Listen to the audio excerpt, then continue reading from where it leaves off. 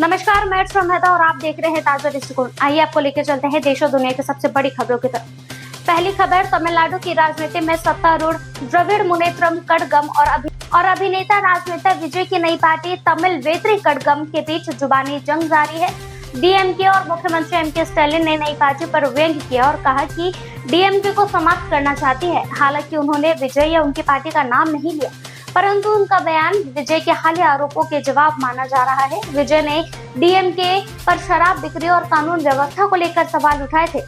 Stalin ने आलोचनाओं को नजरअंदाज करते हुए कहा, वे जनता की सेवा में व्यस्त है और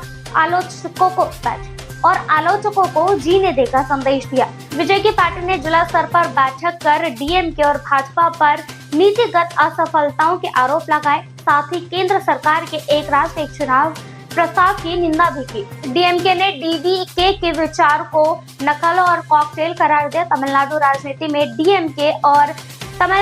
में डीएमके और एआईएडीएमके का प्रभाव मजबूत है और टीवीके इस पर विजय के लोकप्रियता को सेंध लगाने की कोशिश कर रही है। कांग्रेस डीएमके की गठबंधन में होते हुए टीवीके से किसी गठबंधन की बातों से दूर है। अगली खबर, प्रधानमंत्री नरेंद्र मोदी ने झारखंड में जेएमएम के नेतृत्व वाली सरकार पर हमला करते हुए इसे घुसपैठिया, बंधन और माफिया का गुलाम करार दिया है।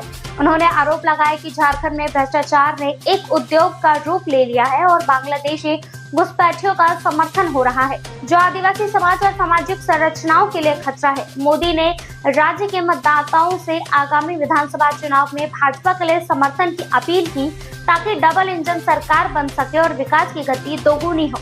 चुनाव 2 चरणों में है, 13 और 20 नवंबर को होंगे, जबकि मतगणना 23 नवंबर को होगी। इससे पहले अमित शाह ने बांग्लादेशी घुसपैठ के आरोपों पर जवाब में मुख्यमंत्री हेमंत सोरेन ने पलटवार करते हुए भाजपा पर बांग्लादेश के साथ आंतरिक समझौते का सवाल उठाया। उन्होंने कहा कि घुसपैठ भाजपा शासित राज्यों में होती है और शेख हसीना को शरण देने का निर्णय पर सवाल खड़े किए। अमित शाह ने भाजपा के घोषणा पत्र में यूनिफॉर्म सिविल कोड लागू करने की बात कही थी, लेकिन इसमें भी आदिवासी समुदाय को इससे बाहर रखने का वादा किया, जिससे विवाद बढ़ गया। कांग्रेस ने इस पर भाजपा की नीयत पर सवाल उठाए हैं। भाजपा ने झारखंड के लिए गोगो दीदी योजना सहित 25 संकल्प रखे हैं, जिनमें महिलाओं को 2100 प्रतिमाह और युवाओं के लिए 5 लाख नौकरियों का वादा किया है। राज्य में भाजपा और जेएमएम के बीच घुसपैठ, यूसीसी और विकास के मुद्दों पर कड़ी स्पर्धा देखने को मिल रही है। अगली खबर, उत्तराखंड के अल्मोड़ा जिले में एक बस दुर्घटना में 36 लोगों की मौत हो गई।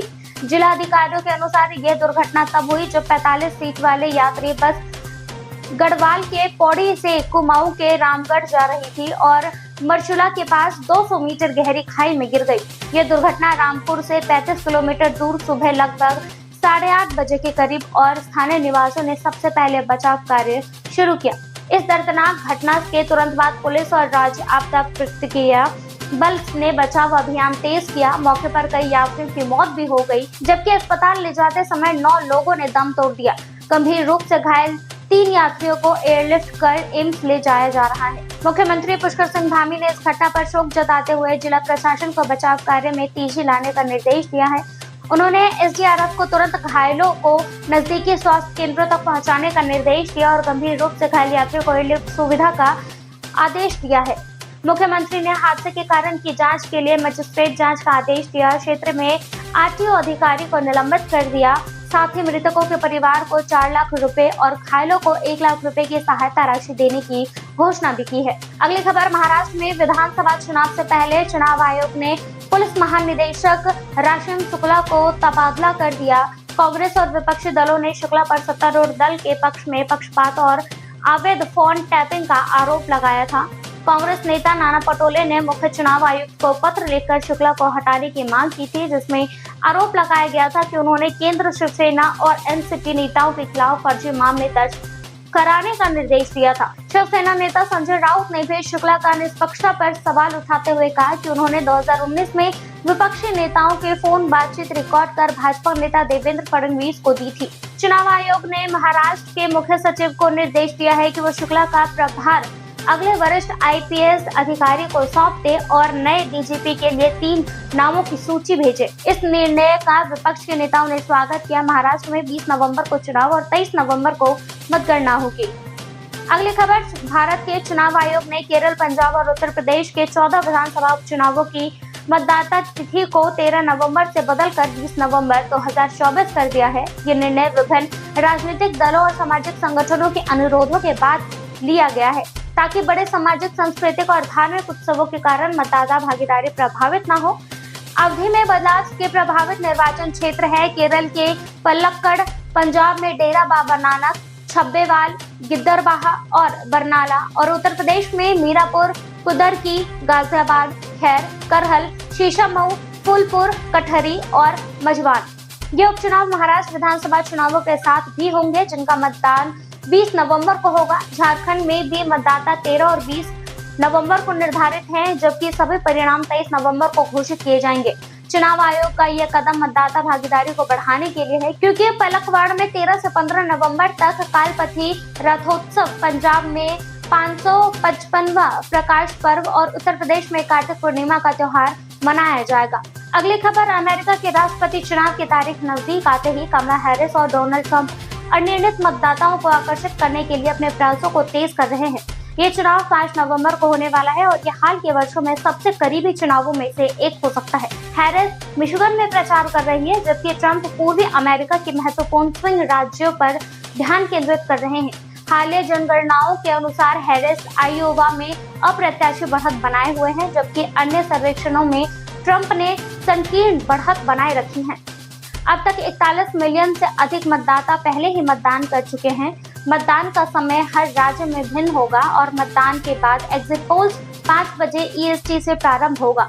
हैरिस की बढ़त मुख्य महिलाओं के समर्थन के कारण है, जबकि ट्रंप हिस्पैनिक पुरुषों को आकर्षित कर रहे हैं। चुनाव के परिणाम मुख्यतः 7 स्विंग राज्यों पर निर्भर करेंगे: Arizona, Georgia, Michigan, Nevada, North Carolina, Pennsylvania और विस्कॉन्सिन। इन राज्यों ने दोनों उम्मीदवार उच्च प्रोफाइल समर्थन और प्रदर्शन का सहारा ले रहे हैं। 5 नवंबर को कांग्रेस ने सभी 443 सीटों के लिए चुनाव भी हो रहे हैं, जहां रिपब्लिकन और डेमोक्रेट्स के बीच नियंत्रण की लड़ाई है। हैरिस और ट्रंप विशेषकर पेंसिल्वेनिया में एक दूसरे को चुनौती दे रहे हैं। जैसे जैसे चुनाव का दिन नजदीक आ रहा है, दोनों उम्मीदवारों का ध्यान स्विंग राज्यों में मतदाताओं को उत्साहित करने पर है, जिससे चुनावी परिणाम और भी दिलचस्प बन रहे। अगली खबर, लाहौर पाकिस्तान का दूसरा सबसे बड़ा शहर है। वायु गुणवत्ता सूचकांक में अभूतपूर्व 1900 तक पहुंच गया है, जिससे यह दुनिया का सबसे प्रदूषित शहर बन गया है। इस गंभीर स्थिति के कारण स्थानीय प्रशासन ने तात्कालिक उपाय किए हैं, जिसमें कार्यालय के 50% कर्मचारियों के लिए घर से काम करने की नीति और प्राथमिक स्कूलों को 1 सप्ताह तक के लिए बंद करना शामिल है। पंजाब के वरिष्ठ मंत्री मरियम औरंगजेब ने माता पिताओं से अपील की है कि वे बच्चों को मास्क पहनने का ध्यान रखें। सरकार ने निवासियों को घर के अंदर रहने, दरवाजा और खिड़कियां बंद रखने और यात्रा से बचने की सलाह दी है। अधिकारियों ने पूर्वी हवाओं को प्रदूषण का कारण बताते हुए भारत सरकार के साथ वार्ता की आवश्यकता पर जोर दिया। यह संकट लाहौर में स्वास्थ्य संबंधी चिंताओं को बढ़ा रहा है और प्रदूषण को नियंत्रित करने के लिए क्षेत्रीय सहयोग की मांग कर रहा है। फिलहाल के लिए बस इतना ही। देश और दुनिया की सबसे बड़ी खबरों के लिए देखते रहिए ताजा दृष्टिकोण। हमारे चैनल को लाइक, सब्सक्राइब और शेयर करना ना भूलें।